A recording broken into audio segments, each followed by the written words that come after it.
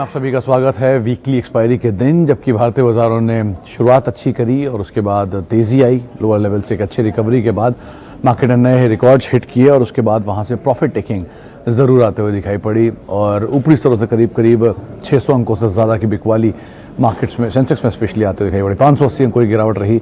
Nifty भी रफली 200 अंकों के आसपास टूट के बंद हुआ। मिड कैप में बिकवाली, निफ्टी बैंक में बिकवाली, या कह सकते हैं हायर लेवल से प्रॉफिट टेकिंग ज़रूर आते हुए दिखाई पड़ी। लेकिन ओवरऑल एक अच्छा स्ट्रेटजी कह सकते हैं कि एक समय पर बाजार ने तेज़ी दिखाई और थोड़ी सी प्रॉफिट टेकिंग तो बनती भी है जब इतनी बड़ी ऑलरेडी मार्केट में तेज़ी देखी जा चुकी है। 13-17 जो कि लगातार तेज़ी के थे, तो उसके बाद कुछ हद तक प्रॉफिट टेकिंग। कुछ स्टॉक्स बहुत अच्छे, स्टॉक स्पेसिफिक स्टोरीज अभी भी मार्केट में डेवलप है और वहाँ पर कामकाज हो भी रहा है। मिसाल के तौर पर आप एविएशन में देखिए, स्पाइस जेट लगातार परफॉर्म कर रहा है और आज भी इसमें करीब 14-15% का उछाल था। यूनाइटेड स्पिरिट्स में आज खरीदारी देखने को मिली, 2% ऊपर था। आईटीसी आज ऊपर था, 2 से 2.5% की तेज़ी, एक समय में 4-4.5% ऊपर था। तो ओवरऑल सेलेक्टिव स्टोरीज में, सेलेक्टिव पॉकेट्स में खरीदारी थी, लेकिन मार्केट्स में ब्रॉडर साइड पे स्पेशली बैंक्स के अंदर आज बिकवाली ज़रूर देखने को मिली। चलिए अब सवाल जवाब का सिलसिला शुरू करते हैं। बसंत जी का एक सवाल है, इंटरेस्टिंग है कि कुछ ऐसा बताइए जिससे मुझे हर दिन 100 रुपये का प्रॉफिट हो। 2200 रुपये महीना। और सर जिस रिटर्न की आप बात कर रहे हैं उसमें कैपिटल कितना एम्प्लॉय हो रहा है वो डिपेंड करता है। 100 रुपये रोज़ कमाने की बजाय आप उन स्टॉक्स को अगर 1 साल रख लेंगे तो कहीं ज़्यादा पैसा निकाल लेंगे। आप किसी भी एक कंपनी को याद कर लीजिए जो कि अच्छी हो, कोई भी एक कंपनी आप अपने मन से चुन लीजिए, उस कंपनी में जो अच्छी हो, अच्छा वर्ड ज़रूर लगाइएगा, और उसके 3 साल, 5 साल, 7 साल, 8 साल, 10 साल की परफॉर्मेंस देखिए। जो रिटर्न आपको आएगा उसको ज़रा डिवाइड करिए उतने ड्यूरेशन से, 100 से कहीं ज़्यादा पैसा बनेगा। तो एटलीस्ट टाइम दीजिए। टाइम इज़ द सबसे बड़ा फैक्टर स्टॉक मार्केट में जो काम करता है। स्टॉक परफॉर्मेंस उसी पे ही डिपेंड करती है, तो आप उसके हिसाब से काम करिए। बहुत इंटरेस्टिंग लेकिन सवाल था आपका। खैर एक सवाल और लेते हैं। सवाल है किशोर जी का, टाटा मोटर्स डीवीआर को लेके 55 रुपये के दाम पर 500 शेयर है। देखिए सर, टाटा मोटर्स डीवीआर एक अच्छे मूव में था कल भी, और रिसेंटली जो जिस तरह का मोमेंटम जनरेट किया है टाटा मोटर और अंडरलाइंग टाटा मोटर्स ने और टाटा मोटर डीवीआर ने, वो शायद आगे भी इंटैक्ट रहे। 70-77 रुपये की रेंज में तो कल ये शेयर पहुँचता हुआ दिखाई पड़ा था, और शायद जो ब्रोकरेज हाउसेज टारगेट है वो 220 रुपये के हैं टाटा मोटर्स के लिए। टाटा मोटर डीवीआर भी उसी को कुछ हद तक फॉलो करेगा। राजेश पालविया से हमारी बात हो रही थी, एक्सिस डायरेक्ट वाले, वो भी ये कह रहे थे कि इसमें थोड़ी तेज़ी और रहेगी, तो आप बने रह सकते हैं। अभी आपको प्रॉफिट है, एटलीस्ट थोड़ा सा प्रॉफिट आप हाई लेवल पे ज़रूर लेते चलें क्योंकि बाजार बहुत तेज़ी में। प्रॉफिट बुक करते चलें, सिचुएशन नीचे मिले फिर लें और फिर ऊपर निकले। इस तरह से ही अभी आप कामकाज करें। बहुत लंबी अवधि का नज़रिया है तो एटलीस्ट टाटा मोटर में नहीं, किसी और ऑटो स्टॉक में आप चले जाएं, ज़्यादा बेहतर है, लेकिन अभी नहीं, जब नीचे मिले तब। नितिन सोनी जी का सवाल है फाइजर और यूपीएल पे। Pfizer it's an investment grade stock, हर रोज़ मैं यही बात बोलता हूँ, आज भी यही बोलूँगा। आप बने रहिए। थोड़ा स्लो चलता है आजकल, ये थोड़ा ज़्यादा चर्चा में इसलिए ज़्यादा तेज़ चल रहा है। आज भी 4% सुबह ऊपर खुला, फिर ऊपरी सौदे बिकवाली आई, लेकिन Pfizer is an investment grade stock. बाकी फार्मा में डॉक्टर रेड्डीज डीवीज ही इस कैटेगरी के अंदर लाया करते हैं डोमेस्टिक फ्रंट पर। और यूपीएल के केस में हाँ थोड़ी ज़रूर बिकवाली रही। आज का वो जो लेवल था वो क्रूशियल था, शायद 518 का वो लेवल था जो क्रूशियल था। उसको तोड़ के नीचे बंद तो हुआ है, लेकिन 3 दिन से या 4 दिन से लगातार करेक्शन आ रही है, तो शायद थोड़ा सा पुल बैक भी आता हुआ दिखाई पड़े। अगर ये 518 के नीचे ही सस्टेन कर जाता है कुछ समय तो थोड़ी शायद वीकनेस आए, तो आप एटलीस्ट उस हिसाब से इसको ट्रेड कर सकते हैं। एक और इंटरेस्टिंग सवाल है दीपित शर्मा साहब का। ये नए हैं बाज़ार में और ये इंट्राडे ट्रेडिंग के लिए कुछ खरीदना चाहते हैं कल। शर्मा साहब, पहली चीज़ तो मैं सही आदमी नहीं हूँ इसके लिए जो इंट्राडे ट्रेडिंग के बारे में कुछ भी बता पाए। दूसरा, स्टॉक मार्केट कोई रोज़ पैसा कमाने का ज़रिया नहीं है। स्टॉक मार्केट में एक्स्ट्रा सेविंग्स को पार्क करने की जगह है जहाँ आप लॉन्ग टर्म में पैसा जनरेट करते हो, तो आप उसके अकॉर्डिंग यहाँ पे अपनी पोजीशन देख सकते हैं। लेकिन इंट्राडे के हिसाब से मत सोचिए कि आज क्या आएगा, कल क्या आएगा, आज 200 आएंगे, कल 600 आएंगे, 500 आएंगे। इसमें आप मत फंसिए। आप अपने फ्यूचर के लिए पैसे डालिए, सेव करिए बच्चों के लिए, फ्यूचर प्लानिंग्स के लिए, तो आपको अच्छा रिटर्न मिलेगा। और जो डिविडेंड आता है वो उसमें एक्चुअल गेम चेंजर होता है, बोनस, डिविडेंड, स्प्लिट्स। तो आप उस हिसाब से पोजीशन को देखिए, ऐसे मत सोचिए कि कल क्या आएगा, परसों क्या आएगा। खैर एक और सवाल SBI पर ले लेते हैं। आरती अग्रवाल जी का है, SBI 249 पे खरीदारी है। हाँ, थोड़ा SBI में चला तो तेज़ था, लेकिन हायर लेवल से ज़रूर ये शेयर एकदम से नीचे आया है। तेज़ी इसने दिखाई 194 से 215, 225, 240, ये वो लेवल है जो क्रूशियल थे, जिनको तोड़ता हुआ गया है। और 240 के ऊपर 240-45 के ऊपर 252 तक भी गया। वहाँ से प्रॉफिट टेकिंग एक झटके में नीचे आई है। यही लेवल्स को आप क्रोनोलॉजिकली याद रखिएगा। इन लेवल को अगर तोड़ता जाएगा तो वीक होता जाएगा। नज़रिए पर डिपेंड करता है आपने किस हिसाब से लिया है। एक फॉल है आज बाजार का और आप टेंशन में आ गए, थोड़ा समय लीजिए। आपको अगर लंबी अवधि का नज़रिया है तो खास दिक्कत नहीं होनी चाहिए इसके अंदर। अच्छा, एक सवाल रिलायंस पर भी है, जरा रिलायंस से बात कर लेते हैं। लगातार हाई पे फंसे हुए हैं लोग और उनके सवाल भी हैं। देखिए, जिनके भी सवाल हैं रिलायंस के लिए एक सीधा सीधा जवाब है कि रिलायंस हाँ अभी टेक्निकली वीक दिखाई पड़ेगा आपको। जो 1970 के आसपास अभी ये बंद हुआ है और जो इसका रीसेंट लो था उसको तोड़ा नहीं है। 1972 के आसपास की आज कहीं क्लोजिंग है कैश में, और अगर ये 1965 के नीचे बंद होता है थोड़ा सा वीकनेस प्रिवेल कर सकता है टेक्निकली। फंडामेंटली तो ऑब्वियस बात है, कोई इसमें दो राय नहीं है कि कंपनी देश की नंबर 1 कंपनी है, लार्जेस्ट मार्केट कैप होल्डर है, लार्जेस्ट रेवेन्यू जनरेटर में से भी एक है, प्रॉफिटेबिलिटी के हिसाब से भी दुनिया देश की नंबर 1 कंपनीज में से एक है। और अब डेट का जो ओवरहैंग था वो भी खत्म हो चुका है। 3 प्रोमिनेंट मेन सेक्टर्स में कंपनी कामकाज करती है जहाँ पे ये मार्केट शेयर को मूव कराने की कैपेसिटी रखती है। रिटेल हो वहाँ पे, टेलीकॉम हो वहाँ पे, पेट्रोकेम हो वहाँ पर भी। कुछ ऐसी भी खबरें हैं कंपनी ने अपने कुछ प्रोडक्ट्स के दाम बढ़ाए हैं जो अभी बज़ के तौर पे है मार्केट में, बट अदरवाइज एक जाइंट सेक्टर है, वो कंपनी नहीं है। तो फंडामेंटली इसको इस तरह से देखें। टेक्निकली हाँ, शॉर्ट टर्म आपको 200-300 रुपये ऊपर नीचे हो जाए तो आप ज़रूर ट्रेड करते हुए देख सकते हैं, लेकिन अदरवाइज फंडामेंटल में कोई ऐसा फेरबदल अभी तक एटलीस्ट नहीं हुआ इस कंपनी में। जो रूमर्स हैं वो भी सब बेसलेस हैं। आगे बढ़ते हैं। 25,000 रुपये की एक SIP अगले 5 साल के लिए, 5 स्टॉक 25,000 की SIP every month. Rajesh ji का एक सवाल है।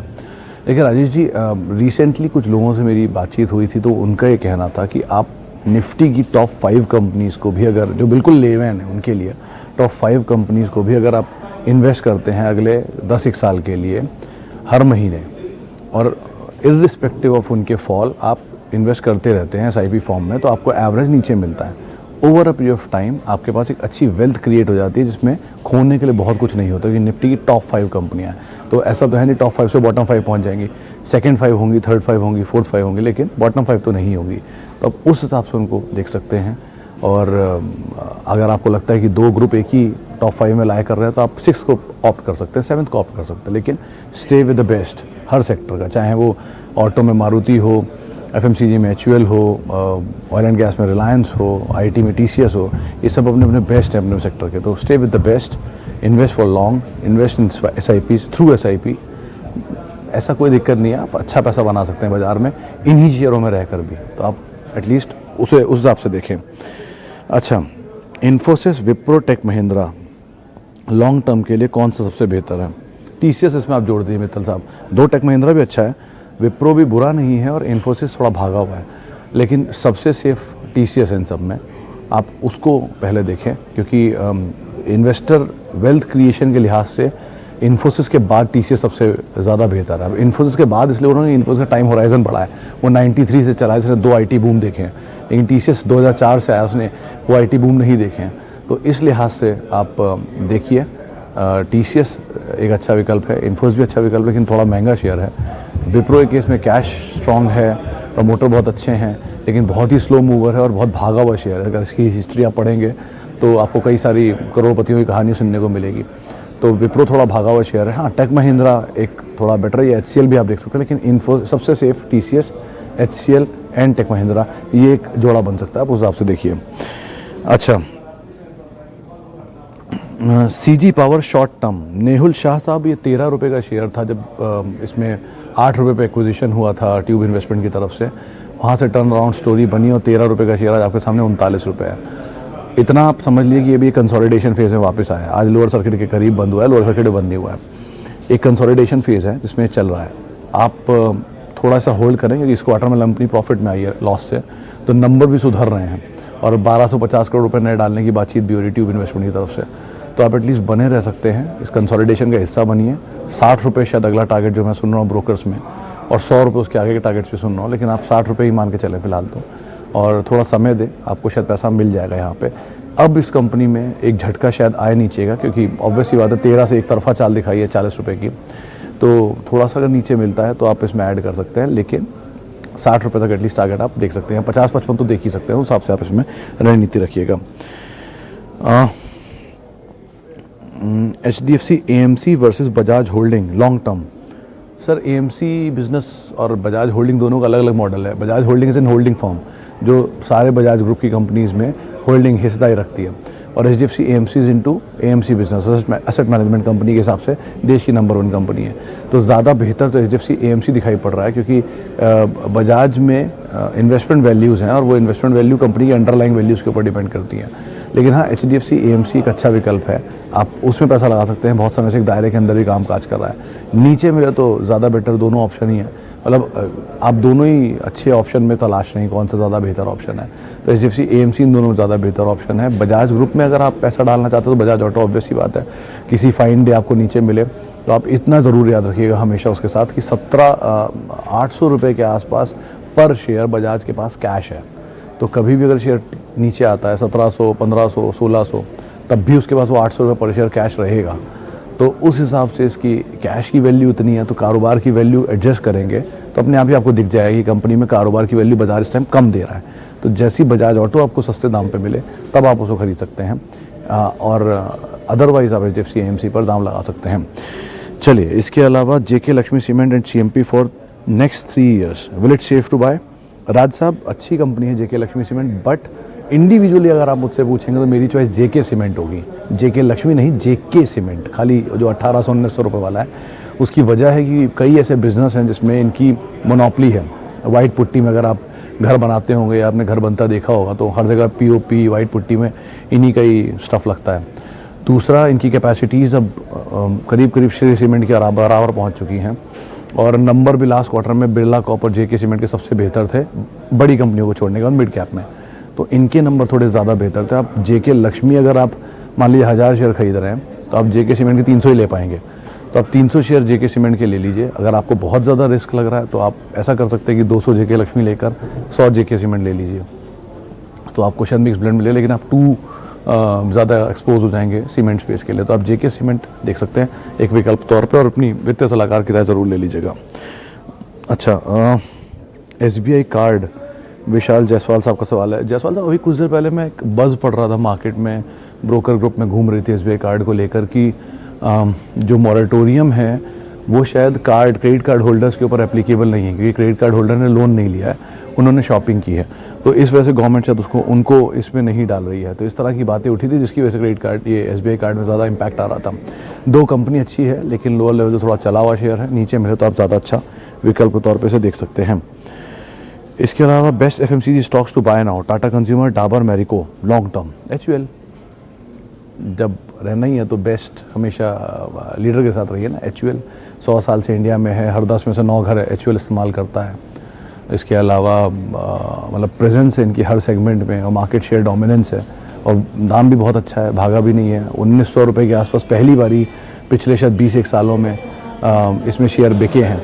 वो भी GSK ने माल बेचा था, तो वो अपने आप में एक हिस्टोरिक इवेंट था, और उसके बाद से शेयर वहाँ से बहुत भागा भी नहीं, 300 रुपये ऊपर है। तो एक बहुत बड़ा कंसोलिडेशन चल रहा है। अच्छा है, जितना बड़ा कंसोलिडेशन उतना बड़ा गेन। तो आप बने रहे, अगर लेना चाहते हो तो एक अच्छा SIP का मौका दे रहा है आपको ये, आप इसे देख सकते हैं। वरना दूसरे विकल्प में, आपके 3 विकल्प में से सबसे अच्छा विकल्प टाटा कंज्यूमर है, तो आप उसको देख सकते हैं दोनों में से। अच्छा, आखिरी एक सवाल और लेते हैं। Is it good time to invest in SpiceJet? Kadam sahab, हाँ, 2 शेयर बहुत भाग चुका है पिछले 3 दिनों में, लेकिन हाँ, अभी भी आप इसमें इन्वेस्ट कर सकते हैं। ऐसी बज़ है मार्केट में कि शेयर बड़ा मूव दिखा सकता है अभी भी, तो आप इन्वेस्ट कर सकते हैं। नीचे करेंगे जितना उतना अच्छा है, और वैसे भी इसमें खोने के लिए बहुत कुछ है नहीं, शेयर हायर लेवल से बहुत करेक्ट हो चुका है। तो आप देख सकते हैं स्पाइस जेट में ज़्यादा पोटेंशियल अभी दिखाई पड़ रहा है, आप इन्वेस्ट कर सकते हैं। चलिए, इतने ही सवालों को हम शामिल कर पाएंगे, माफ़ी कि समय पूरा हो चुका है, और जिनसे हम बातचीत नहीं कर पाए उनसे हम बहुत बहुत माफ़ी चाहेंगे। जिनसे हमने बातचीत करी उनका बहुत बहुत शुक्रिया। आप मेरे साथ जुड़ सकते हैं @सुमित रिसर्च, ये मेरा ट्विटर हैंडल है। नमस्कार।